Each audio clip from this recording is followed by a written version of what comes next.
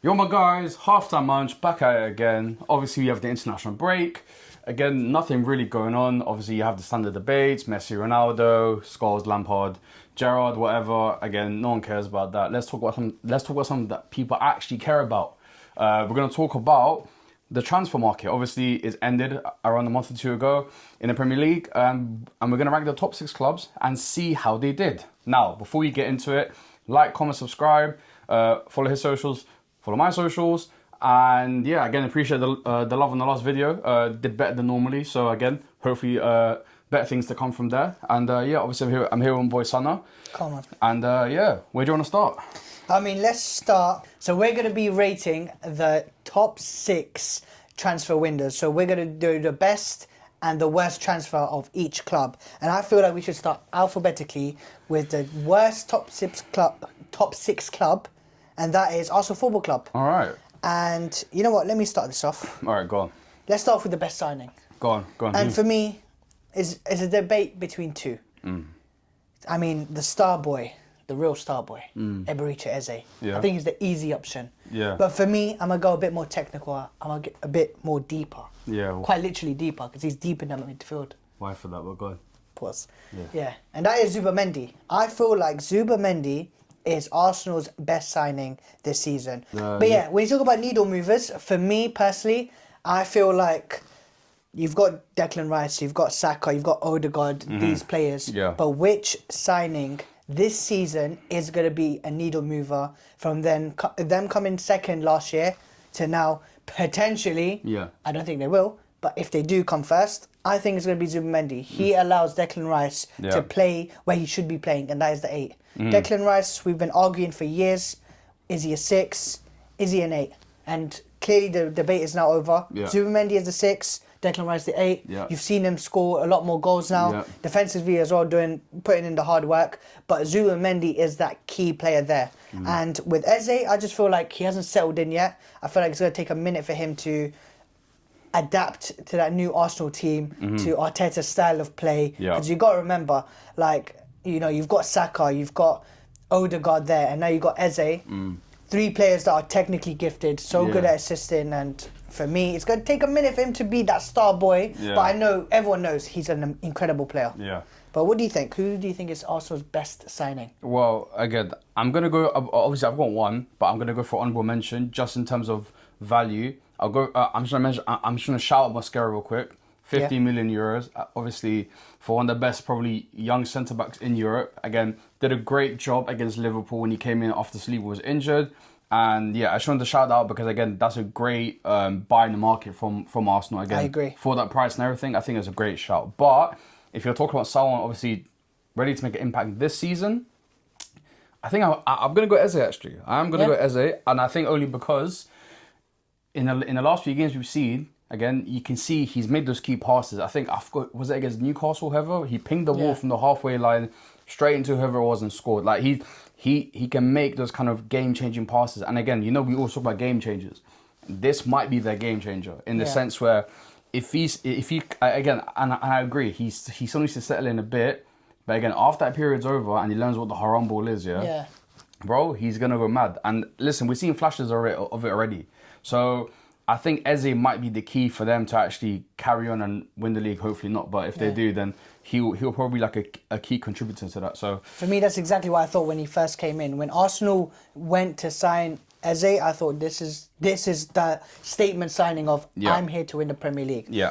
Because obviously Zubimendi at first, nobody thought he was going to be that guy. Yeah. Because obviously it's very similar traits to Rodri, but then he's come from La Liga. It's a lot more slow paced. He had a lot more time on the ball. Yeah. People thought this is the Prem, this is different.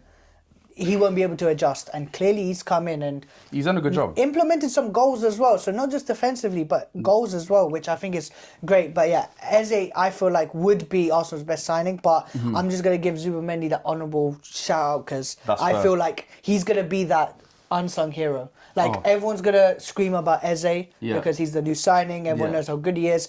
Flary player. We all know. But Zubimendi, unsung hero. All about the guy who's doing all the dog work. And for me, you got to appreciate players like that. Defo. But moving on to the worst signing.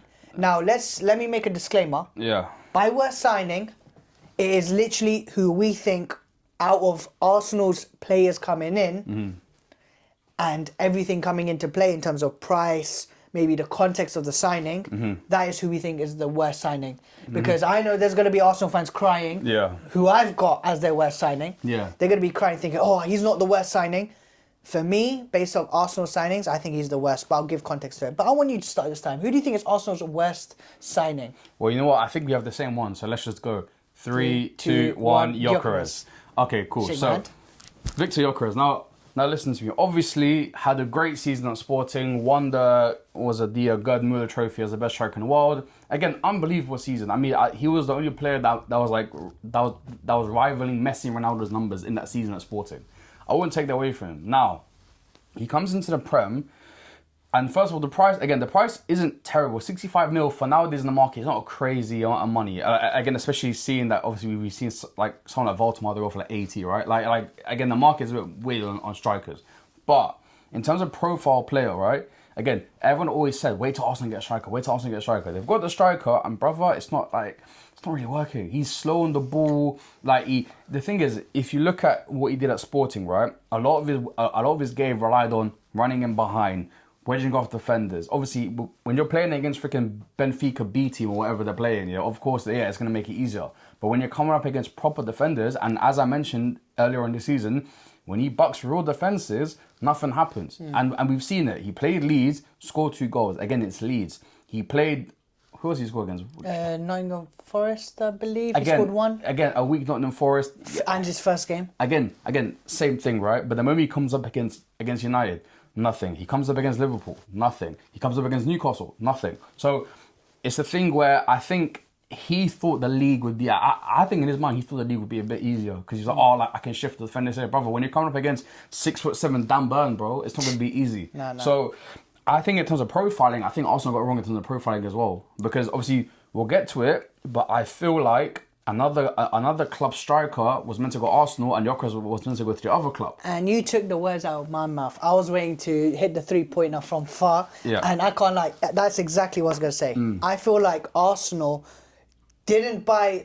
Obviously, they bought a striker, and like you said, you touched on it well. Yeah. They needed a striker. That's a statement striker. You got arguably, and he was given the Ballon d'Or, I don't know what award, some dirty award, but he was basically given the best striker in the world or the best goal scorer, whatever it may be, which is not right, but we'll still give him benefit of the doubt. He scored so many goals for Sporting Lisbon, incredible. Yeah. We got to respect it. However, it's not always just buying the best goal scorer in the world. It's also buying the best goal scorer for your team. And again, I'm going to mention his name. Yeah. Benjamin Sesko was Arsenal's first choice. Yeah. Gyökeres was United's first choice. Exactly, yeah. But, however, when I look at both players, who I would rather have, and I feel like would have benefited Arsenal more? Sesko. Yeah. Arteta loves a transitional playmaking player. I get it. He had Gabriel Jesus, who Arsenal fans love. I'm not the biggest fan. I wouldn't wow the same way Arsenal fans do. Yeah. But Sesko is that guy. Whereas Gyökeres, he is more of the Haaland. And again, Arteta's style of play, the type of players he's got around him, doesn't suit him. Doesn't suit it, in my opinion. And again, I've not been wowed by Gyökeres at all. Bucked real defenders, as you said, and absolutely nothing. Scored some meaty goals. I mean, one header was nice, but apart from that, he had a penalty that he was gifted to. Exactly. Let's be real. Has he done enough? It's not like I said, in terms of price, everything like that, definitely not the worst signing like the Premier League. Don't get me wrong. It's nowhere near certain clubs' transfers. However, I feel like for Arsenal, may have been bad business because a team like Arsenal, you guys claim to be, a team that is the best in their city without European trophies, couldn't even get their first choice striker. Yeah. And the crazy thing is, their first choice striker wasn't even hunted by many other teams. No. It was just United, who finished 15th, lost to Tottenham, and yet they stole your striker. That's all I'm saying. Yeah, I mean, I think that kind of wraps up really. I mean, listen, the thing is, the only way Gyökeres works is if Arteta changes the system. And listen, Arteta is that manager where, listen, if he changes the system to where it fits Gyökeres' style, then it might pay off in the end.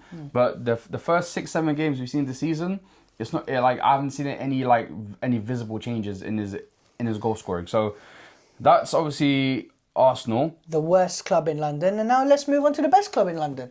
Yeah, And that is Chelsea. Obviously, we have Chelsea. Now, obviously, as we all know, Chelsea sign about 1 million players every season. So let me just run through a quickly speed run. João Pedro, 63 million. Gittins, 56 million. Garnacho, 46 million. Esteval, 45 million. Hato, 44 million. Delat, 35 million. Asuga, 22 million. Saul, 14 million. Kunji Payet, 10 million. Bonanote, 2.3 million. There you go. Sorry, I conked out, bro. Sorry. Yeah, so obviously, as we all know, Chelsea are Football Manager FC. They go and they go on the database, find the highest potential players from everywhere in the world and buy them, and then sell them at the lowest price. Yeah, and then sell them for 3 years for double the price. Now, I'm gonna start off here because obviously I know you've got a lot to say about Chelsea, so I'm just gonna get mine out of the way. If you're talking about the best signing, I think I'll probably go for João Pedro as the best signing. Ooh. The thing is, I don't really count Esteval because you guys technically signed him last year. No, but he came in this year. We did the whole signing. No, he counts. Add him in. No, but no. The thing is, again, I'm just gonna go like who he technically signed this season because the thing, Esteval was confirmed last year. What to say there? No, I get it, but he was confirmed last year. Yeah, though. but he signed for our club this year, so he's our signing this year. Okay, so I know who he's gonna go for. Anyway, listen, I'll go João Pedro again. The price 63 mil. I think at first I was a bit like that's a bit much because again at Brighton he was he was kind of unproven by Brighton. Obviously he did a decent job, right? He scored about I don't know, was like 9-10 goals or something last season. Like about 10 goals. Yeah, he did okay last season, but I think the price that Chelsea paid for him, and especially they signed Delat and they signed Delat the same season. I didn't know if Chelsea how they're going to use them both because obviously João Pedro can play in the 10, he can play in the left. Like again, he's versatile, right? So I never thought he was like a bona fide striker. Now we've seen him obviously in the Club World Cup, did well there. And now, and then again, another question was, again, that's the Club World Cup. Can you do it in the Prem again against proper teams? And he has. Listen, he started off well. What was it? 2 goals, 3 assists or something like that? Or 3 goals, it's something like that. Again, he went from the beach to winning the Club World Cup. But exactly, and that was the thing, right? He has a good return for him. Now, I will say the best. I will say he's the best because Chelsea needed a striker. Now, the whole time is obviously they were saying like obviously Chelsea fans wanted stuff like obviously Osimhen, Gyökeres, but the thing is obviously that's not Chelsea's type of striker in terms of age, right? Like in terms of Osimhen and Gyökeres, they're 26 and 27, but in Chelsea's eyes, they're like 50. So they were never going to go for him. João Pedro, obviously 23 years old, he thought, you know, it's a decent punt, let me go in for him. And listen, he's paying off. Now, do I think he's going to maintain it?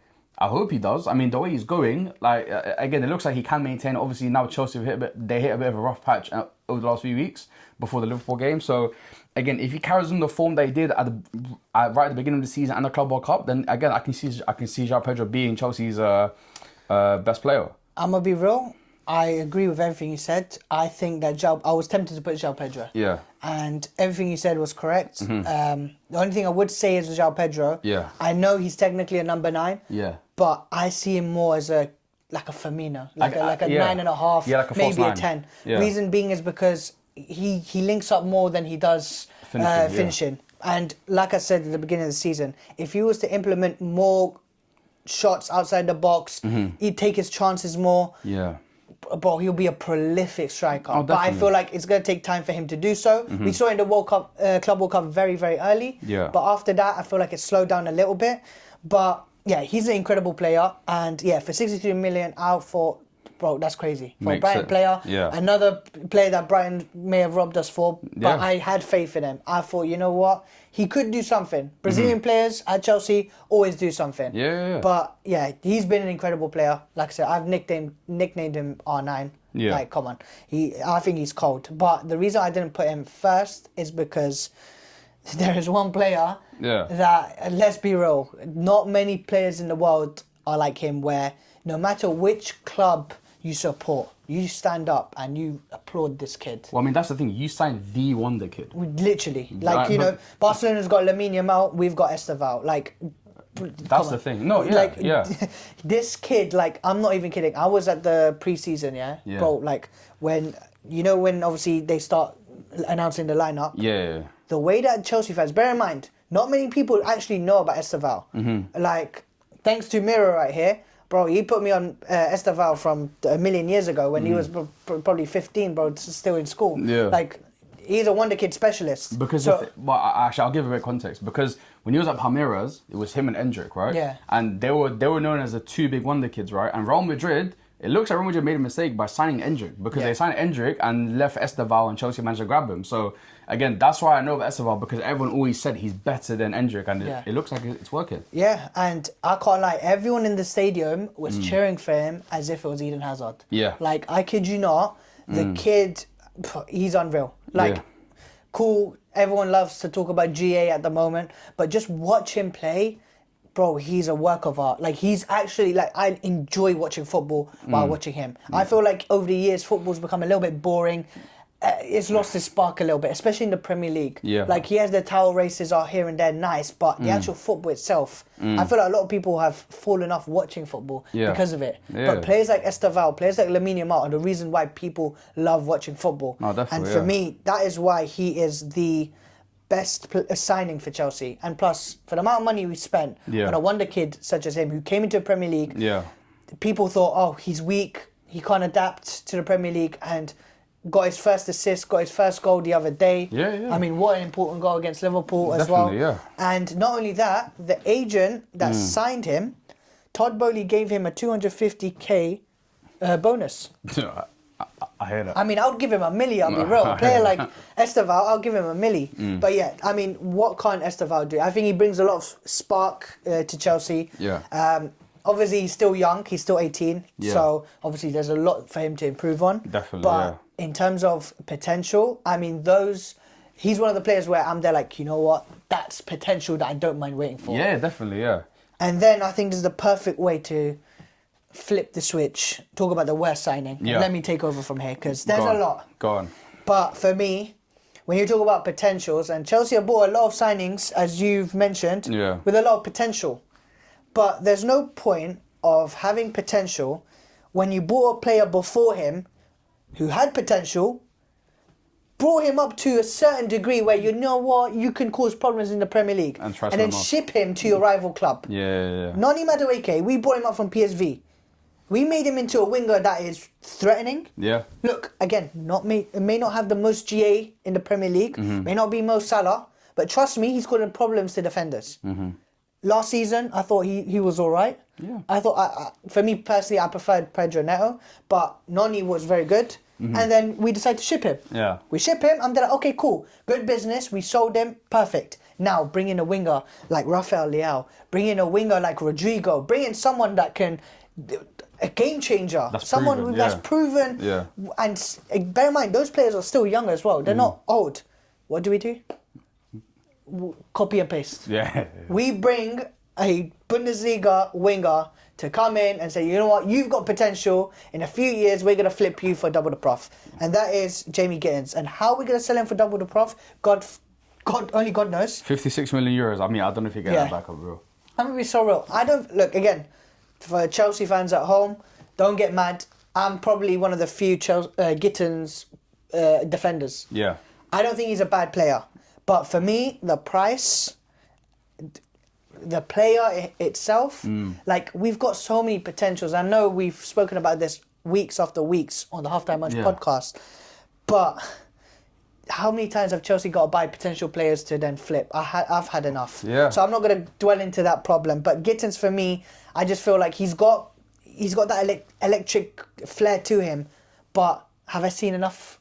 I haven't. No. But I want to hear your worst signing. Are you going to agree with me, or do you have someone in mind? Well, no, the thing is, the person you thought I was going to go for, actually, I think is decent on our business. So, obviously, I will say Garnacho, right? Again, he's not a bad player. Like, again, he was a bit wishy-washy. Again, his IQ was never there, but again, he had that thing where he could beat a man, he could score the odd goal, he made problems on the pitch, right? And the fact that Chelsea got him for around 35-40 million, I think that's a steal. Like, the thing is, regardless of what I think about Garnacho, right? Bias aside. Yeah, the thing is, we were quoted, we were quoting him last year in Jan this year with Napoli and you guys. 60-70 million? Yeah, 60-70 million. And at one point, I think Napoli bid like 50 million, we said no. So, again, he was definitely worth a bit more. So the fact that Chelsea got for that price, I'm not going to complain, but I will say that it is funny. But what I will say is, going on to Sancho reincarnated, Jamie Gittins, bro, I've seen this story before. English winger from Dortmund, has a good season. And even if you look at his season, not to the man's already dead, but VAR not to kill him anymore. But if you compare him to Sancho's season, can't even compare. The thing is, right, listen, say what you want about Sancho. Obviously now he's got the whole thing. He's a client. You know what I mean? Well, that whole thing's mad, by the way. He lost his whole soul. But the thing is, Sancho at one point, he was being compared to like Mbappe level players. Yeah, bro. At one point he was the guy. So when we signed him, right, it wasn't a thing of like at one point we thought we were signing one of the best wingers in Europe, and he was, because again, just looking at Gittins' stats, right, last season for Dortmund, in the Bundesliga last year, 32 matches, 8 goals, 3 assists. In the Champions League, 14 games, 4 goals. So again, it's nothing mad. But then if you look at Sancho real quick, right, if you look at Jadon Sancho at Dortmund, right, what he did, I mean, let's just go back. Okay, like look, in almost 3 seasons, his first season, like his first proper season, 12 goals, 14 assists. Second season, 17 goals, 16 assists. Third season, 8 goals, 11 assists.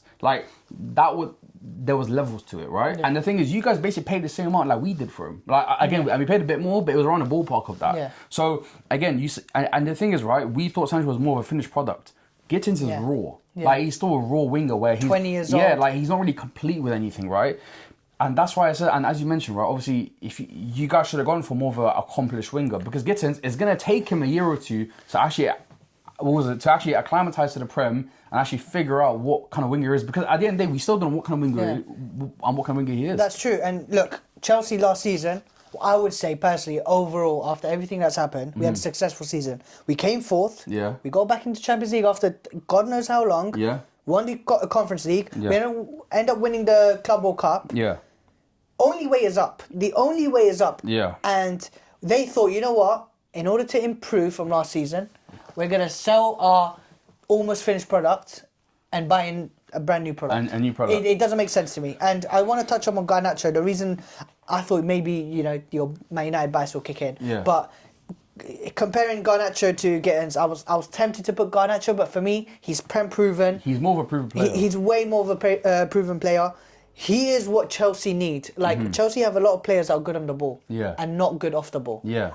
No disrespect to Garnacho, because he is good technically. Yeah. But I feel like he's better off the ball than he is on the ball, which sounds crazy, but he makes more problems. Yeah, I think he creates more problems off the ball, which allows players like Cole Palmer, Esteval, João Pedro to have more space on the pitch. Definitely. So for me, that is more of a better signing than Gittins. Yeah. And again, with Garnacho, he was nicknamed the superstar at United. So, coming to Chelsea, better environment, hopefully, theoretically, should get better. So for me, I don't mind it. And plus, with all due respect, if he does well at Chelsea, I'm coming for you guys. Do you know what I'm saying? No, of course. That was my mindset. With Gittins, if he does well, cool. Yeah. Do you know what I'm saying? It's cute. I hear it. So that's why, for me, Gittins, with all due respect, and let me put my hand up just a little bit and say my bad, because I mean, I'm sure you can understand. The player that I actually said was the worst signing for Chelsea at the very, very beginning before the ball was kicked was Buonanotte. Yeah, Reason being is because the context. Yeah, the context for it. Like, lone player, Cam, it was so random. It made no sense. But you know what? Buonanotte's come in, and actually, you know what? Since obviously Palmer's injured and a few players are injured, I don't mind him. I think he's actually quite quality. But yeah, definitely Gittins for me. Yeah. And now, moving on to Liverpool. Now, obviously, I'm going to run through because they had probably one of the biggest windows in a very long time. Let me add, a lot of fans would claim that Liverpool had a better window this season than, just correct me if I'm wrong, is it 08-09 Real Madrid? Yeah, when they signed Ronaldo, Kaká. Kaká, yeah. Well, okay. Allegedly. Let's go through it. So obviously, you've got Isak, the most expensive player in Premier League history, 145 million.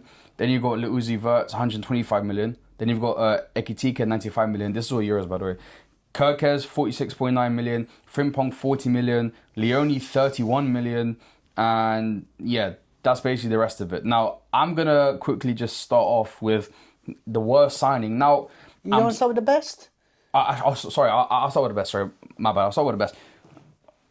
Oh, of course. No-brainer. Hugo Ekitike. That's a no-brainer. Yeah, I agree. That's a no-brainer. And now, Hugo Ekitike, right, again, was chased by Newcastle, chased by United. Again, we all clubs wanted him, and technically Liverpool didn't even want him. They used him in the Isak thing with with Newcastle. They said, if you don't give us Isak, we'll sign your number one target. And they did that, and they signed him as well. So Newcastle got shagged there. But the thing is that when they initially signed Ekitike, right, this is without Isak involved. I thought, okay, good striker, let's see how it goes. Now, obviously, Isak got signed right at the end of the window. So his first few games, scores in the Community Shield final against Palace. And then after that in Prem, in the first couple of games, he scores a few goals. And again, he looks like a player. He's adapted to the Prem so well. And again, for a man his size, right, he's 6'3", 6'4", good on the ball, good finisher. Like he's gone into the Liverpool team seamlessly. And again, which is why it's kind of sad, because I think it might link to my worst signing. Again, I'm not sure, but it will link to my worst signing, because I don't know why they signed Isak, for example. It made no sense to me. You've got Ekitike, right, who's banging in goals and he looks like he's doing well. Why sign a striker for 145 million to where now you either have to play Ekitike out of position or you have to put him on the bench and stunt his growth? Either way. So Ekitike, I think, is a class signing. And again, if the thing is, again, I don't know how Liverpool are going to do it now. Are they going to play with the two up top? Are they going to put Ekitike on the left? Regardless, I think he's kind of been shagged. But again, for the first few games, I will say Ekitike. Go on. Who do you think? For me, I agree. Ekitike came into the Premier League, shocked everyone. I mean, Liverpool fans, obviously, they'll back their boy. Yeah. But I didn't expect this from Ekitike, I'll be real. Like, the way that he was banging, you could close your eyes and think, you know what, Isak's side. Yeah. Like, genuinely, I thought, why sign Isak? I think most people said the same thing. Why sign Isak? There's no need to. Yeah. Like, Isak on top was like taking a mick. Like, that, greedy. But, yeah, Ekitike, an incredible player. And I feel like at first, I remember, I'm going to quote Fuzi here, and I know you might kill me for this, but he was like, this is a problem that I love. Mm-hmm. I've got Isak, I've got Ekitike, I've got Salah, I've got Wirtz, I've got Gakpo. Like, this is a headache. Who do I start? I don't know who my starting 11 is. Like, it's dark. Yeah. And at first, I was there like, it's a nice problem to have. Yeah, of course it is, yeah. Now looking at it, I'm there like, it's a very bad problem. Buddy, it is a big problem, because I can't lie. Genuinely, who do you start? That's the problem, because you got to bear in mind, Ekitike is doing better out of the two. Like, Isak is the better striker, we know that. But Ekitike is doing the better of the two. In terms of form, now you drop Isak, your most expensive signing ever, and you know he looks like an idiot. You look like an idiot. Yeah. Now you drop him, you put him on the left. Then you put and then where's Wirtz? You put him in the cam. Okay, where's Szoboszlai? Where's McAllister? Okay, you put him in midfield. Where's Gravenberch? Now you're stuck with another problem. Yeah, that's the thing. There's so many issues there. Like, I get it, for certain games you can drop one or the other, but I feel like the signings are so big that you can't really drop those sort of players unless you're resting them. I hear it. Yeah, but the thing is, what I'll say is it's the exact same problem that Real Madrid had last season with Vinny and Mbappe. Quite literally the same thing. You have two elite players in their position, and they want to play that position, but then someone has to compromise. Yeah. Obviously, in Real Madrid's case, Vinny compromised. Mbappe compromised up front, and Vinny went on the left. Here, it's probably going to be Ekitike goes on the left or on the bench and Isak starts, because there's no way you bench the most expensive player in Premier League history. Yeah. There's no way. And we all know the quality of Isak. Look, I mean, let's quickly touch up on it now. Who's your worst signing? I'm stuck between two. Yeah. Because the thing is, they're both bad for their own reasons. Yeah. Like, okay. Look, okay, let me make the decision for you. I have chosen Lil Uzi Verts. Yeah. Let me tell you why. Isak, we know he's a proven striker, right? Yeah. We know this guy. Oh my God, what happened to Virgil? Like, he's killed him. He's killed a lot of players. Yeah. Gabriel, Saliba, all these guys, you know, he's killed everyone. He has done it, But he's coming to his Liverpool team. It's going to take him a minute. Bro, he's had a lot of controversy over the summer. It's going to take him a minute for his fitness to come back. That's the only leeway I can give him, right? Fine, yeah. Cool. And he's the most expensive player. And let's be real. Before even ball was kicked, everyone was like, was it 150 mil, did you say? 145 million euros. 145 million euros. Let's say 130 million, yeah? 130 million. Everyone's like, you know what? For that kind of striker, you're paying it. Yeah. You're paying it. So, regardless he's the most expensive striker, everyone knows that he's worth the money. The type of player. He's an all-rounded striker. Yeah. Like, we get now, Haaland's proved to us, bro, he's the best striker in the world. But Isak is more complete than Haaland. That's facts. Yeah, no, yeah. Now, Wirtz, a German prodigy, the guy that everyone was raving about, and I hear it. You can rave about him, especially what he was doing in the Bundesliga. Incredible. But I've got PTSD from the Bundesliga. As a Chelsea fan, we have bought so many players from the Bundesliga that flopped. Yeah. So for me, I'm there like, you know what? Let's give this guy a minute to see what he can really do. And for me, it was very cute. Very cute, because he did absolutely nothing. Bro. For me, that is why he's the worst signing. Yeah. And also, bear in mind, I've brought this up multiple times. My boy Paul Pogba. Your boy Paul Pogba. Yeah, of course. Our boy Paul Pogba. Got killed, crucified. Bro, he got stoned with words. Yeah. 80 million, 80 million pound player Yeah. who was clear of Wirtz. Bro, Pogba was unreal for Juventus. In terms of talent, Pogba was unreal. Pogba's better Everyone talent. wanted to be Pogba, bro. Yeah. And then moved to United and dropped 4 assists in one game. Against Wolves, I remember that, yeah. Graham Souness goes, I expect that from an 80 million pound player. What about now, buddy? Yeah. What about Wirtz? Bro, I mean, the fact that he hasn't even registered an assist, by the way. Yeah. Bro, it's bad. And the thing is, you haven't registered an assist with arguably the most threatening front 3 in the league. Oh, bro, yeah, in Europe. In Europe, yeah. Like for me, it doesn't make sense. That's why for me, I can give Isak leeway. I feel like a lot of football fans nowadays have become so reactionary. Yeah. Now, they're so quick to give Haaland their flowers one week. Yeah. When he doesn't score, oh, look, Haaland can only just, put the ball in the back of the net. He can't do anything else. Yeah. Wishy-washy. I don't do that. We don't do that on this podcast. Fine. Isak, he's had the fitness issues. We know how good he is. You say give him time. I say give him time. Give him time, fine. If by the end of the season, overall, he's had a poor season, then we can criticize him, stone him, whatever you have to do. I say by Jan, bro. Even by Jan, whatever it may be, but give him enough time. Yeah. Wirtz, brother. You got to make buddy, stuff happen. My friend. You got to make stuff happen, Jay. Hey, whether it's in training, I need to see clips. Match day, I need to see clips. Bro, I need when you're home, bro, when you're doing the laundry, bro, cross it in. I need you to bag everywhere you go, bro. That's the because thing. that sort of money, that sort of player, You need to perform. you have to. You have to. So for me, that's why I'm putting Lil Uzi Wirtz. You know what? I think that's fair. I think you said it. I do agree with you. I think Wirtz is probably the worst at this point. So should we move to your rival team? Let's move to Man City. Obviously, they've made a few signings this season. I'll quickly go through them. Reinders, 55 million. Ait Nouri, 36 million. Cherki, 36 million. Trafford, 31 million. Donnarumma, 30 million. Naipan, 15 million. And Bettinelli for 2 million. Now, if you're talking about the best signing, I think there's only one here. In my mind, I think there's one that kind of sticks out. Should we say it at the same time? 3, 2, 1, Reinders. Yeah. I mean, bro, first of all, the price. 55 million, bro, that's a steal. Reinders is one of the best midfielders in Europe. I'll say it straight. And I've been telling you this, bro. And bear in mind, he came from AC Milan. Yeah. They didn't do well last season. A struggling team, They were 8th place. Now, I mean, they're doing well now. I think they're first now in Serie A. Yeah. And we're going to go watch them play. Watch out very soon. But yeah, I believe they're first and they're cooking. Third in the league, but yeah, still third. But again, 4 wins, 1 draw, 1 loss. It's still a decent record. Yeah. And 2 points behind first, so not too bad. But yeah, AC Milan last season they were 8th, they were poor.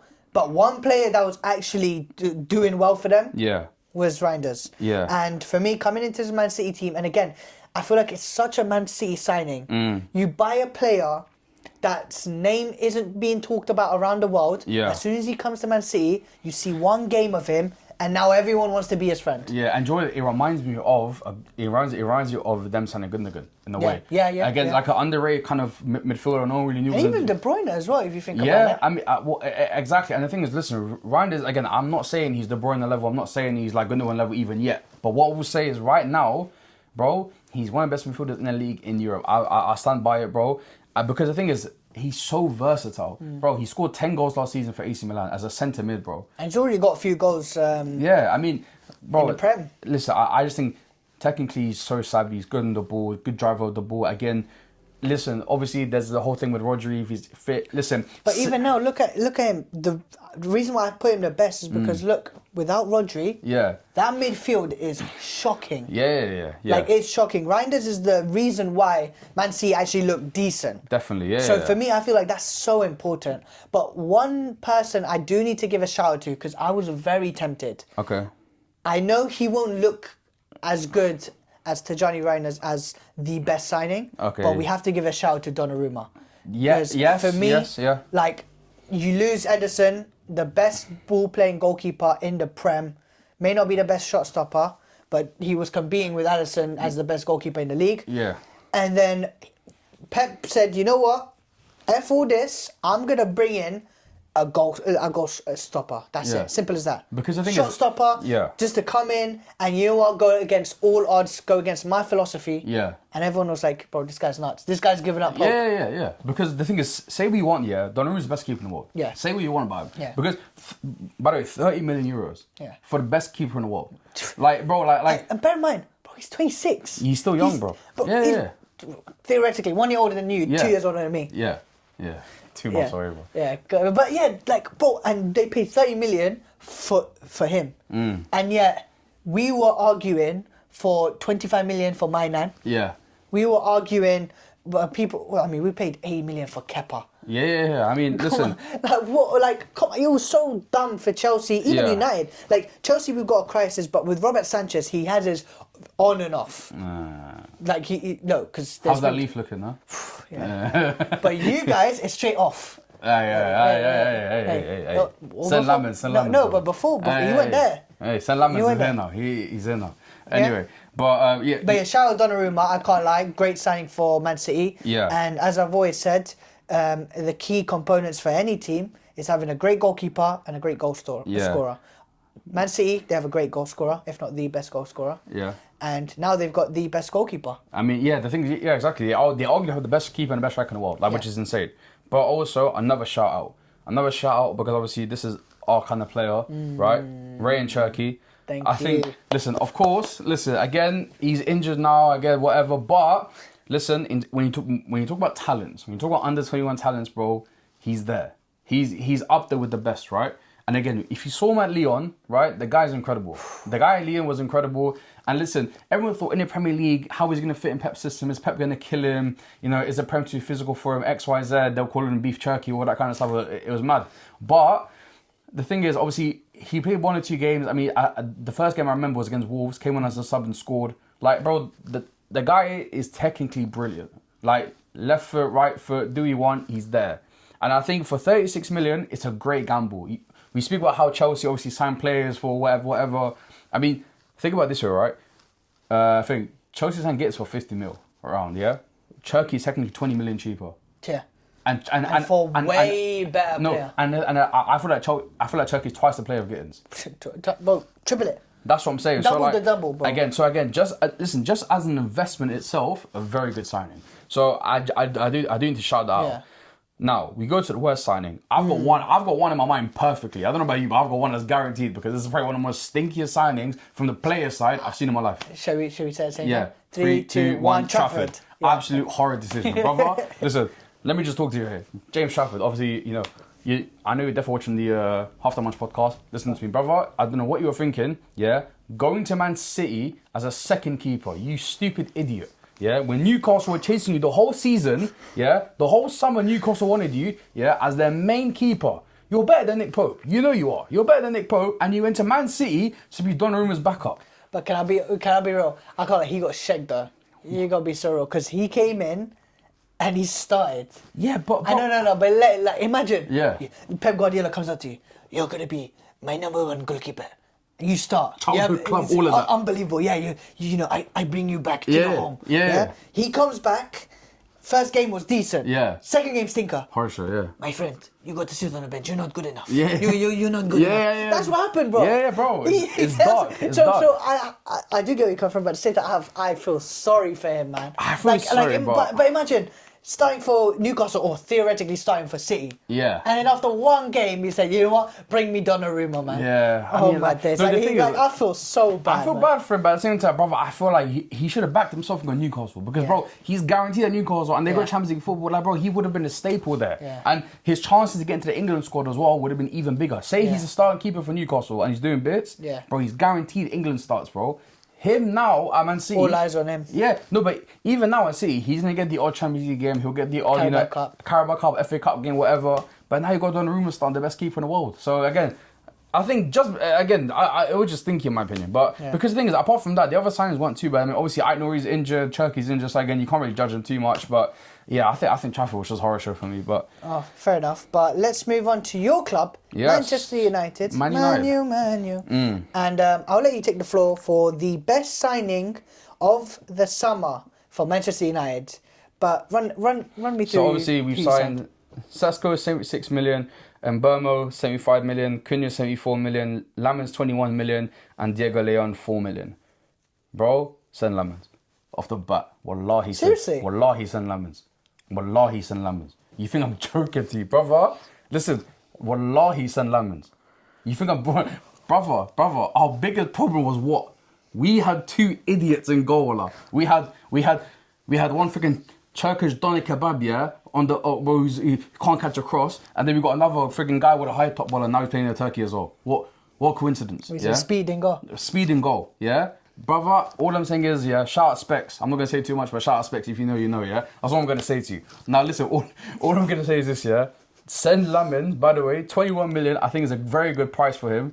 And he's a goalkeeper with that. He's competent. Well, I'm not saying he's next Courtois. I'm not saying he's the next freaking De Gea, Prime Day. I'm not saying any of that. Brother, he can catch a ball. That's all I need from you. Because at the end of the day, Sesko and Burma Cunha, that's all well and good. That's all well and good. But at the same time, brother, they could score about 40 goals combined. If we had Onana and Bayinde, they can see in 50.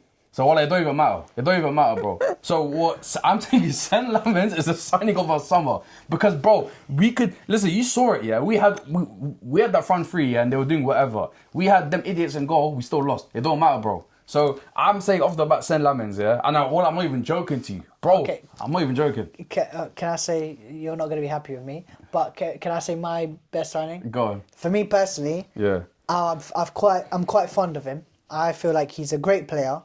And who do you think I'm gonna say? Obviously, I can feel your passion. Yeah. So, from outside perspective, from someone who doesn't have any ties to Manchester United, who do you think is United's best signing? Who do you think I'm gonna say? Well, like Sesko. Yeah. So I was thinking of Cunha, I was thinking of Buemo, but for me, I feel like Sesko is gonna be Man United's difference maker up front. Yeah. At the moment, we're not seeing it as much, and I feel like it's just more of a system thing. I feel like Amrim's not making the best use of him. Yeah. But for me, what I've seen from him, in terms of this guy is tall as hell. Aye. Bro, NBA player. Luka Doncic, bro. Bro, trust me. This guy, I mean, he's fast. He's an athlete. But no, what? Say he's an athlete, bro. Yeah, he's an athlete. He's quick. Yeah. He's technical. And he's actually good at finishing if the opportunity came to him. Yeah. Now, that's why I say that, because obviously United's supply hasn't been that great. Obviously, I don't know if you had the news, but Bruno Fernandes soon to be going to Assalamu alaikum wa alaikum assalam. He's going to Saudi. Brother, love and guidance. So supply has been great. So hopefully your midfield improves then, which improves the front line. Yeah. But I think Sesko is a quality striker. No, definitely. Yeah. And I agree with you with the goalkeeping thing, but I will touch up on that in a little bit. Okay. Don't hurt me. But yeah. All right, well, let me knock you out. Yeah. So Benjamin Sesko, for me, I just feel like he's got a lot of quality around him. If he doesn't do well, I genuinely think it's a Manchester United thing. I don't think it's... Hey, listen, it clearly is, because Hoyland's balling out for Napoli right now. That is true. I don't know what... Listen, that Hoyland and Napoli, wallahi, I've not seen him once in United. He's got washed Kevin De Bruyne. He's got McTominay that got expelled from United. Aye, he's got Billy Gilmore playing with him as well. Billy Gilmore, McTominay was crazy, by yeah, and no, Billy Gilmore, McTominay, and Kevin De Bruyne. Cold as a film. Yeah, I'm going to see it as mental, yeah. It was very soon. Yeah, no, listen, listen, Sesko, I agree with. Sesko, again, class striker. I'm not going to deny it. Again, 2 games, 2 goals now. He's slowly picking up form. He's gaining his confidence. And again, in his last game, bro, again, his performance, again, very good. I can't lie, he had a very good performance. By the way, I don't like when you do performance because I know exactly what you do. No. Do performance. I'm not doing anything. Yeah. But listen, I'm not doing anything. But listen, all I'm saying is, listen, his performance, again, in his last game was very good against Sunderland. You can see now, the thing is that at Leipzig, he was used more as like a transition player, right? Like again, he's very fast. So like with the ball, running with it, shooting with it. Here at United, we're using him more as like a hold-up man, like a layoff. Again, we're using him in a different way. Again, if Amram actually uses his strengths, you've got a player in our hands. Yeah, we've got a very good player in our hands. So yeah, again, I will do that. But go on. Can I land now? Alright, go on. Worst signing? Alright, okay. Can I give you some context here? Alright, go on. So I actually put Lamens as the worst goalkeeper. Worst signing. Let me land. Listen. And I don't look. I think it's you got a similar problem as Arsenal. Like for example, Gyökeres isn't a bad signing, but to me, with the context of it, makes him the worst signing. Okay. Now let me land with the goalkeeper. Right. So I'm gonna steal your phone for a second and look at the signings. Can I charge my phone, please? Oh, of course you can. I need to get the charger. Yeah, so I'm going to steal your phone for a second, yeah? Mm-hmm. And you look at these signings. You got Benjamin Sesko. Mm-hmm. I put him as the best. Yeah. You got Mbeumo. I can't put him as the worst. No. Cunha. I can't put him as the worst. Yeah. Leon, I mean, he's a backup. I'm not going to say anything. Yeah, he's 18. And the rest of them are out. So for me, the reason why I put Lamens, purely only because of simulation and the context of it. Okay. I don't think he's a bad keeper. It solved your problem 100%. Yeah. But the context of it. Yeah. Could you have done better? In terms of goalkeeper? 100%. I mean, listen, Donnarumma was on the table. Donnarumma was on the table. But even like Mainan and all these players, you have a few goalkeepers in the world which United have the pool. Look, let's be real. They have the pool to get players, but they didn't. And you guys, at the end of the day, signed a goalkeeper who, whether he has potential or not, nobody knew about him. That's Even true. Lias didn't know about him. That's true, it's true. When Lias don't know about a player, something's wrong. That's true, it's true. So, out of the context of it, for me, that's why I'm putting as the worst. I can't, out of all the signings. I have to put someone last. Yeah. So now that you put Lamens as the best signing, I personally want to know who you would put as the worst signing, because... Okay, now I'm stuck between a rock and a hard place. You see what I did there? Yeah. Now you can... Yeah, no, I can't... You said you were going to scrap me, but you see, I had to think tactically. No, I can't... You was playing checkers, I was playing chess. No, I hear that still. Worst player, bro. No, I want to hear it. Hey, clip this, bro. Clip this. Worst player, if it was... God, you're going to... Loud and clear, sorry, the mic can't catch it. Diego Leon. Nah, don't do that. We signed him 4 million, bro. Don't do that. We signed him for 4 Why million. is he the worst signing? 4 million, you know what I mean? From Paraguay, yeah, bro. shameless. Man don't know about me, you know what I mean? Shameless, Fez. No. Now you knew about him. Yeah, I did still. Yes. Yeah. But, I mean, listen, 4 million, but who knows, Camel, you know what I mean? Wasio. El Miro. But, anyway, moving on swiftly. Is that what you did fair? Moving swiftly on to Tottenham Hotspur. Again, made a few decent signings in the summer.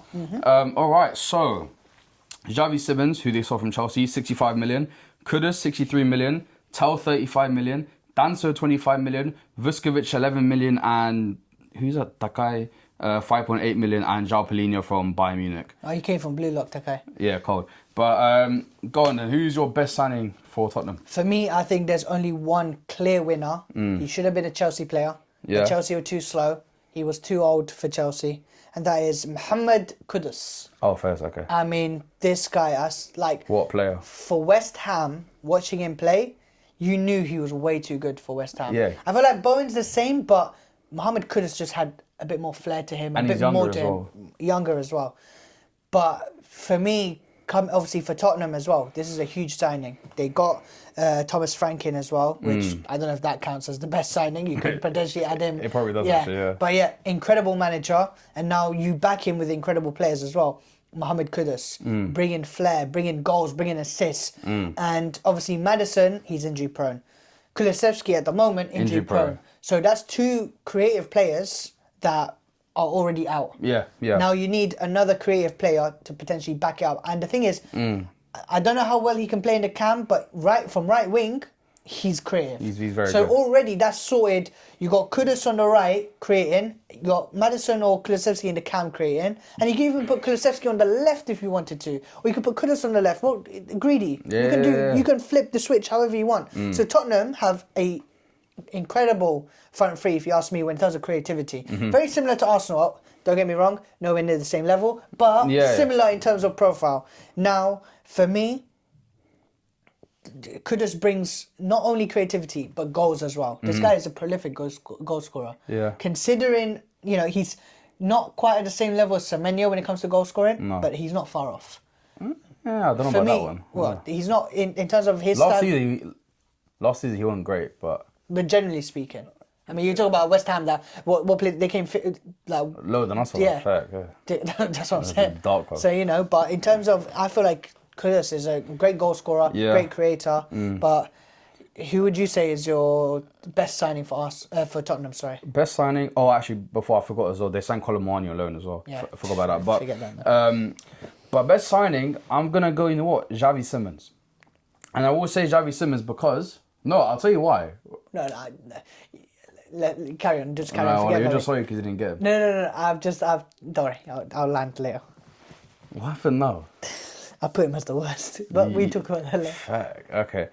Well, I'm gonna go Xavi Simons because I think Spurs don't have a game changer in the team, right? And now again, yes, he's potential, but Simmons has the potential to be that game changer. We've seen at Leipzig, right? We've seen it in Holland as well, PSV. The guy's a player. I mean, listen, he was the wonder kid before wonder kids. Yeah. He was 14, 15 at Barcelona. Everyone thought he was the next big thing. Now, it didn't work at PSG, but since then, he's revived his career. And again, he's shown flashes. I think he's got a couple assists now to his name. Yeah, I think if you talk about X Factor, if you talk about that kind of player, I think Simmons has the potential to be that kind of player. So, I again, obviously, I think Kudus was a close second as well. I was debating between them both. But yeah, I definitely think Simmons is probably best. I think just based on potential. Okay, so I'm going to flip the switch now, talk about the worst signing. I did put Simmons, again, with context. I don't think he's a bad player, don't get me wrong. But when I'm looking at the list, right, I think he can't be the worst signing. I feel like he's got potential. Danzo can't be. Who else? Paulinho, I mean, he's been great. Colomani, I mean, he's a lone player and plus, you know, he's a backup to a backup to a backup. Yeah, plus that Saliba video as well. Yeah. Yeah, good Dark. Yeah, that's Saliba video. Yeah, I prefer not to speak. Yeah. But yeah, the reason why I put Simmons is because for me, I mean, from what I've seen for it, I'm not keen. Like for me, I get the whole potential thing, but that is why I think that Kudus is it's a better signing. Yeah. Because he's come off straight off the bat and shown why he's a better player. Yeah. Like Simmons, yeah, it's all good with the potential, but really and truly, Tottenham are not, I mean, they're nowhere near us, but in terms of signings, they shouldn't be signing potentials, if I'm being honest. Like, they won the Europa League, they're now in the Champions League, you know, it's a fresh new season, fresh new manager. Now's the time you should be signing more prolific players. Mohamed Kudus. Hey, I mean, Tottenham would never go for him, but a Semenyo would have been nice. Like, imagine that. They could have gone for him at one point. Like, do you know what I mean? Yeah. Solanke, you had Kudus, you got Semenyo on the left, and you got Madison or Kulusevski behind. That's a Prem. Hey, that would be nice. That's a Buckley team. With Xavi Simons, I feel like, yeah, it's a lot of if, buts, or maybes. Yeah. And even this type of player he is, I feel like where you've got Mohamed Kudus on one side, who's creative as well as attacking, I mean, Xavi Simons, for me, I don't know if he brings the balance on the left-hand side. Or the balance, you would say. I tried not to bring that up too many times. Yeah, I forgot about it until you mentioned it. But yeah, no, I just don't think he brings the balance to Tottenham's front three. I mean, I could be proven wrong. And again, I think he does better in the camp than he does on the left wing. Yeah. But then again, you've got Madison in the camp, you've got Kulusevski in the camp. I just feel like with Simmons, I think his ceiling is very high.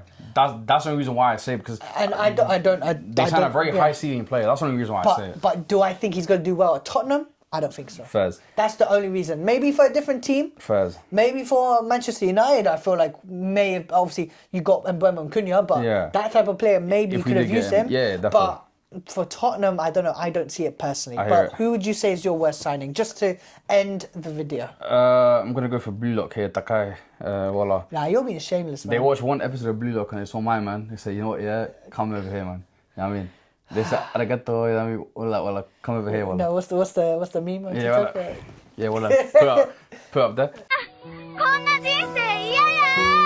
来世は東京のイケメン男子にしてください。運命だとか未来とかって言葉がどれだけ手を伸ばそうとない場所で僕ら恋 But yeah, nah, and they saw Blue Lock on the default. Oh, you're shameless, bro. Are you- Well, you're poor Takai, you know, living his life in Kawasaki front, you know, and came to Tottenham. That is the Blue Lock Academy. Yeah, wallah. that is Blue Lock Academy. That's Blue Lock Academy. Wallah, He was but playing with the Sagi. Yeah, wallah, he spawned in. Wallah. Yeah. Calm, man. Wallah, bro. He signed from anime. But Wallah, how calm, you man. saying he's the worst side, Oh, bro? by the way, another great sale. I just saw a fantastic sale. Wallah. Solomon, they sold him to Leeds. Oh, yeah. Tough Alec, Sharamota. Yeah, I just saw that they sold him as Yeah, well. good riddance. Obviously, don't want to get shouted banned, but if you know, innit? Wallah. Yeah, Wali Hamar. But yeah, you know, Blue Lock, wallah, you know what I mean, dark, man. Yeah. But Yeah, shame on you, by the way. 2 back-to-back clubs, and you pick just some random Donnies. Nah, ain't gonna. The game's a game, bro. But anyway, Shame on you. Hey, well, I know this ain't the Halftime Munch podcast, but for the 1%ers that have got this far, yeah. El Miro. That comment El Miro, because Aight, back calm. in your club like that. Yeah. Stinky. Well, listen, obviously, that's it. We've come to the end of the video. Hope you guys enjoyed it. I think, again, it was a fun video to record. Again, let us know what other kind of videos you want us to do, whether it's kind of transfer related, whether it's, you know, something else, you know. I think we have some time. Well, actually, I say that. The Prem technically starts this week, but obviously we will... And also, what are we doing as well? We are going to Milan this week, so there is that. We said Halftime Munch already international. Yeah, Halftime Munch on tour. Overseas. On tour. Wasting the budget's big already. We said, damn, man. How many views are going to be locked in? Aye, shout all 20 of you. Yeah, but yeah, listen, obviously look out for that. And yeah, until next time, guys. Take care and peace. Peace.